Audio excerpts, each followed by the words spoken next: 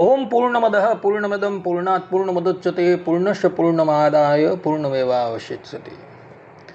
असतो मा षट्गमय तमसो मा ज्योतिर्गमय मृत्युर्मा अमृतं गमयः। ओम शांति शांति शांति।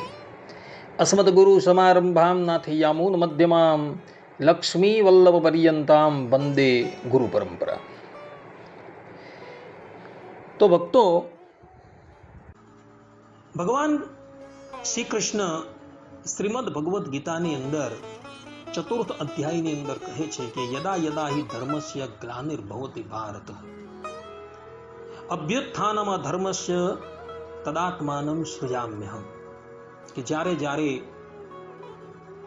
સનાતન ધર્મની હાનિ થતી હોય અને આસુરી તત્વ સાધુઓને પીડા પમાડતા હોય છે ત્યારે હું અવતાર ધારણ કરું છું.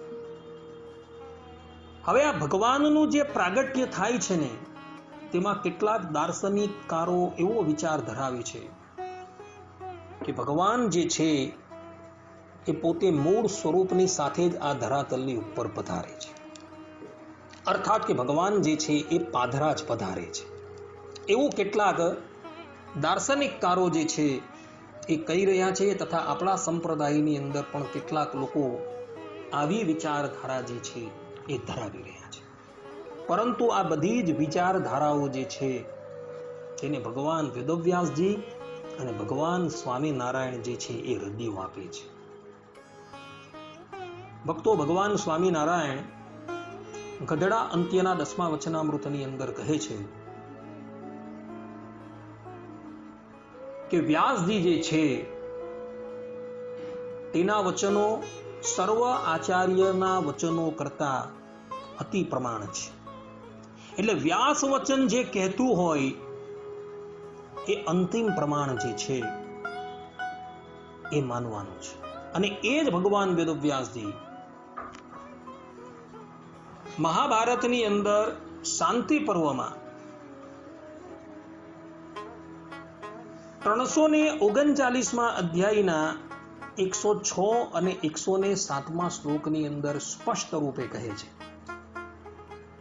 ત્યાં ભગવાન વેદવ્યાસજી શ્રીમન નારાયણ ભગવાનના વચનોનો અનુવાદ કરતા થતા પોતે લખે છે, અતિક્રાંતઃ પુરાણેષુ શ્રુતાસ્તે યદિ વા ક્વચિત અતિક્રાંતાશ્ચ બહવઃ પ્રાદુર્ભાવા મમોત્તમાઃ લોક કાર્યાણિ કૃત્વા ચ પુનઃ સ્વામ પ્રકૃતિમ ગતાઃ. અર્થાત કે મારા અવતારો અત્યાર સુધીની અંદર ઘણા થઈ ચૂકેલા છે.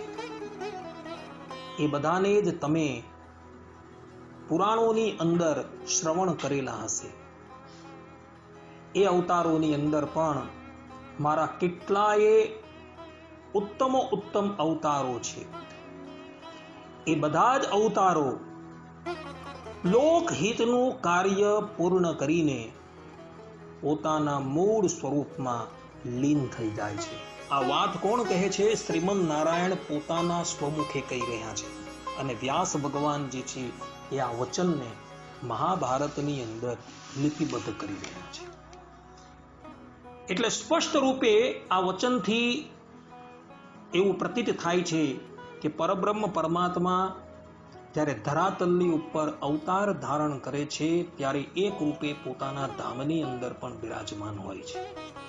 અને કાર્યવશાત જ્યારે ધરાતલની ઉપર તે યોનિની અંદર પ્રગટ થાય છે ત્યારે સજાતીય દ્વિતીય રૂપ ધારણ કરીને એ પધારે છે.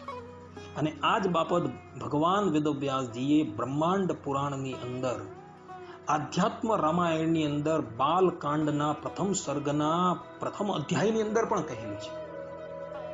ભગવાન વેદવ્યાસજી ત્યાં કહે છે, યહ પૃથ્વી ભરવારણાય દિવિજૈઃ સંપ્રાર્થિતશ્ચિન્મયઃ સંજાતઃ પૃથ્વી તલે રવિકુલે માયા મનુષ્યો વ્યયઃ નિશ્ચક્રમ હત રાક્ષસઃ પુનરગાદ બ્રહ્મત્વમાદ્યમ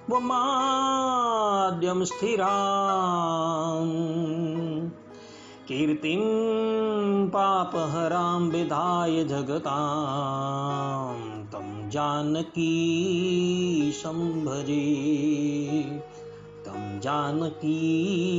સંભજે અર્થાત કે જે ચિન્મય અવિનાશી પ્રભુએ પૃથ્વીનો ભાર ઉતારવા માટે દેવતાઓની પ્રાર્થનાથી પૃથ્વી તલ પર સૂર્યવંશમાં કૃપાથી માનવ રૂપે અવતાર ધારણ કરેલો હતો અને જેણે રાક્ષસોના સમુદાયને મારી તથા સંસારમાં પોતાની પાપ વિનાશીની અવિચલ કીર્તિ સ્થાપિત કરી જેઓ પુનઃ પોતાના આદ્ય બ્રહ્મ સ્વરૂપમાં લીન થઈ ગયા તે જાનકીનાથ ભગવાનને હું ભજું છું. અહીં સ્પષ્ટ રૂપે ભગવાન વેદવ્યાસજી જે છે કહી રહ્યા છે કે ભગવાન શ્રી રામ જે છે એઓ પણ પોતાનું કાર્ય પૂર્ણ કરીને પોતાના મૂળ સ્વરૂપની અંદર લીન થઈ ગયા. કહેવાનું તાત્પર્ય એ છે કે ભગવાન ધરાતલની ઉપર ધર્મનું સ્થાપન કરવા માટે દેવ, મનુષ્ય, પશુ, પક્ષી ઇત્યાદિક યોનિની અંદર પ્રગટ થાય છે અને પોતાનું કાર્ય પૂર્ણ કરી પોતાના મૂળ સ્વરૂપની અંદર લીન થઈ જાય છે. એટલે ભગવાન પોતાનું મૂળ સ્વરૂપ ત્યાગ કરીને ધરાતલની ઉપર ક્યારેય પણ આવતા નથી એવો વ્યાસજીનો અભિપ્રાય છે. અને આ જ અભિપ્રાયની પુષ્ટિ ભગવાન સ્વામિનારાયણે પણ લોયાના 18મા વચનામૃતની અંદર કરેલી છે. અને તે જ અક્ષરધામના અધિપતિ ભગવાન મત્સ્ય, કચ્છ, વરાહાદિક રૂપને તથા રામકૃષ્ણાદિક રૂપને કોઈક કાર્યને અર્થે ધારણ કરે છે, પણ જે એ પોતાનું મૂળ રૂપ છે તેને તજીને એ અવતારનું ધારણ કરતા નથી. અને આ જ વાત ભગવાન સ્વામિનારાયણે ગઢડા મધ્યના 13મા વચનામૃતમાં પણ કહેલી છે. ત્યાં ભગવાન કહે છે કે બધા જ અવતારો પુરુષોત્તમમાંથી પ્રગટ થાય છે અને પાછા પુરુષોત્તમની અંદર લીન થઈ જાય છે.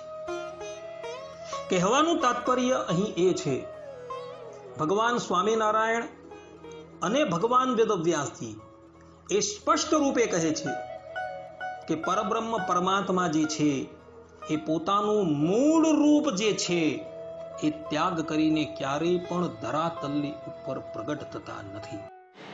માટે આચાર્યના પણ પ્રથમ આચાર્ય ભગવાન વેદવ્યાસજી જે પ્રમાણે કહે છે એ પ્રમાણે માન્ય વગર છૂટકો નથી.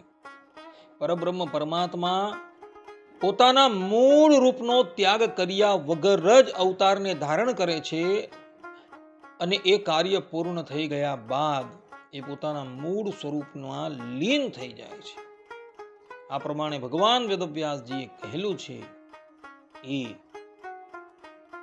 આપણે માનવા યોગ્ય છે. આટલું કહીને હું મારા પ્રવચનને અહીં વિરામ